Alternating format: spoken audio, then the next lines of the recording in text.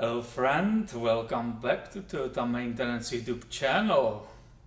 I recently bought this 2005 Toyota Sequoia and we decided keep her in the family. It's a really sweet truck or SUV, whatever you want, and definitely worth of keeping. So I immediately start putting her together, and one of the reasons or one of the things I wanted to make sure that here was the spare tire, right, and the tools to be able to remove it and use it in the case of getting flat tire. All those tools are normally located on the passenger side underneath the rear seats. You don't see the seats because I removed them, but here is the opening, right? You turn this knob, hopefully you do, and you will find your tools. So in my case it's a bunch of stuff here. There is a jack, but I'm completely missing those rods. Most of you know where the spare tire is located, right? It's hanging underneath of the rear of the vehicle. The problem is how you will lower it right now. Most of you know how to lower it, right? You have to remove the rear hatch, and here is the port right here where you place your tools, and you will start lowering the tire. I don't have those tools, they are missing unfortunately. I don't know where the previous owner put it. So let's see if I can even lower and check this spare tire. I've used the flashlight and I looked inside of that opening and I saw there is a space for a square tool. So let's see, this is the half drive extension. Let's see if I can get it off. And this one actually doesn't fit in this opening. This is a 3/8 extension. Let's see if I will be successful with this one.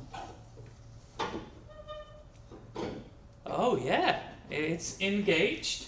That might be actually working. Now let's see if I can carefully lower it, right, and do the inspection. Oh, that should actually work pretty good.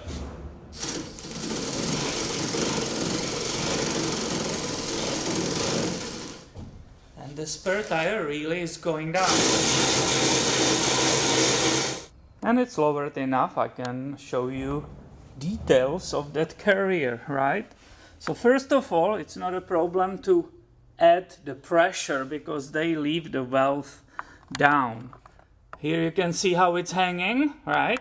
This is the cable which was just coming out of this hanging device.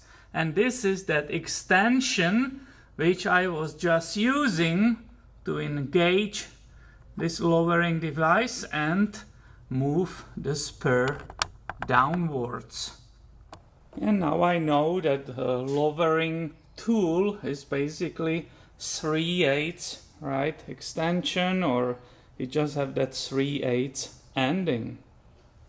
And just to let you know as a note, this system was changed through the years. So not every Sequoia has, right, this 3/8. They actually put a different design. At the very end, I believe today, they are using like a hexagon ending, right? It's completely different than on this 2005 Sequoia. Also another note, if you ever work or you are removing and then putting back your own spur, when you are reaching the end, don't use any power tools because you don't want to rip that whole mechanism into pieces and break it. So when you are reaching the top, right, you are close, just use caution, slow down, and make sure you don't put too much pressure on the whole system.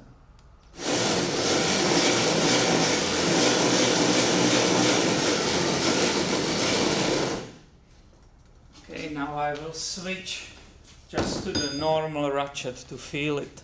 I'm very close. Still moving, positioning that spur.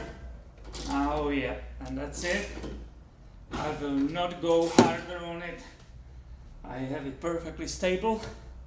And that's it, you don't want to over torque that.